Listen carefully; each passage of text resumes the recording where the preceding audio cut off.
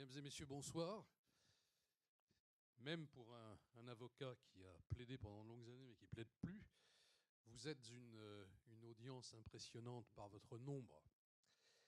Je me présente à vous, je m'appelle Alain Jeusse, je suis donc avocat depuis plus de 40 ans et mon expertise et surtout ma passion, c'est la protection et la valorisation de l'innovation, du savoir-faire et désormais des secrets d'affaires. Alors qu'est-ce qu'un secret d'affaires, vous allez me dire ? Eh bien, c'est tout simplement des informations clés, des techniques de fabrication, de gestion, de commercialisation qui vous permettent d'acquérir et de conserver un avantage concurrentiel, mais que vous ne voulez surtout pas divulguer, car c'est votre force et même peut-être aussi votre moteur d'existence. À qui s'adresse Secret d'affaires ? Eh bien, à n'importe quel porteur de savoir-faire qui souhaite le conserver au secret.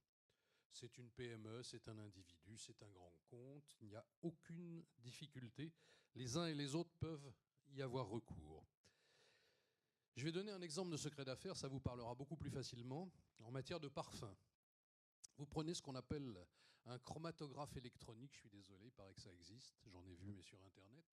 Vous déposez une goutte d'un parfum sur cet appareil d'analyse et il vous donne l'intégralité des composants.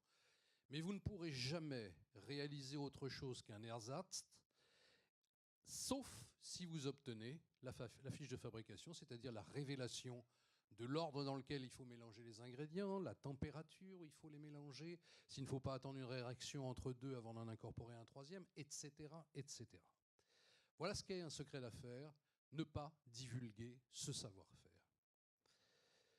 Le procédé que j'ai utilisé est tout nouveau, puisqu'il a pris naissance officiellement le 25 juin dernier aux 2e États généraux du numérique organisés par le Conseil national des barreaux, qui représente tout de même les 40 000 avocats français. Et cet acte d'avocat dématérialisé est une nouveauté dans notre profession, et surtout c'est une nouveauté qui est extraordinairement puissante et intéressante et utile. L'acte d'avocat dématérialisé, comme son nom l'indique, va naître sous forme numérique.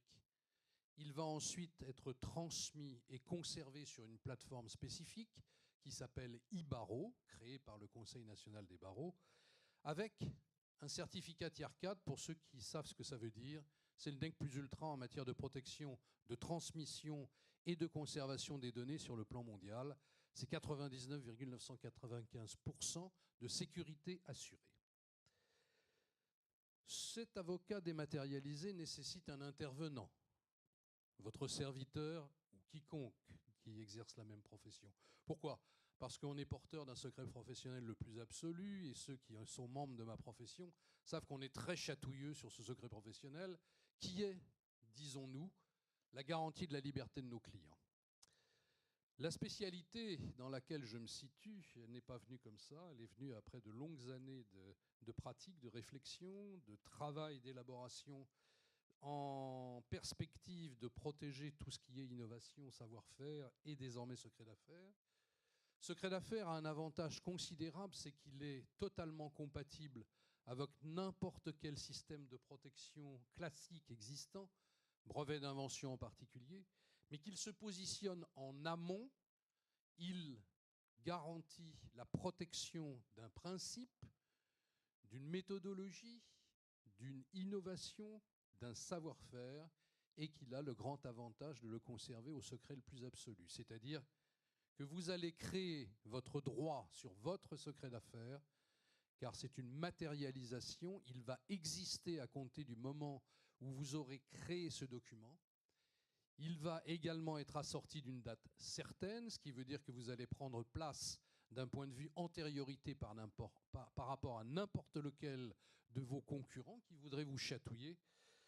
Et il se met en place rapidement, on va dire entre 8 et 15 jours, le travail est accompli et le document est enregistré.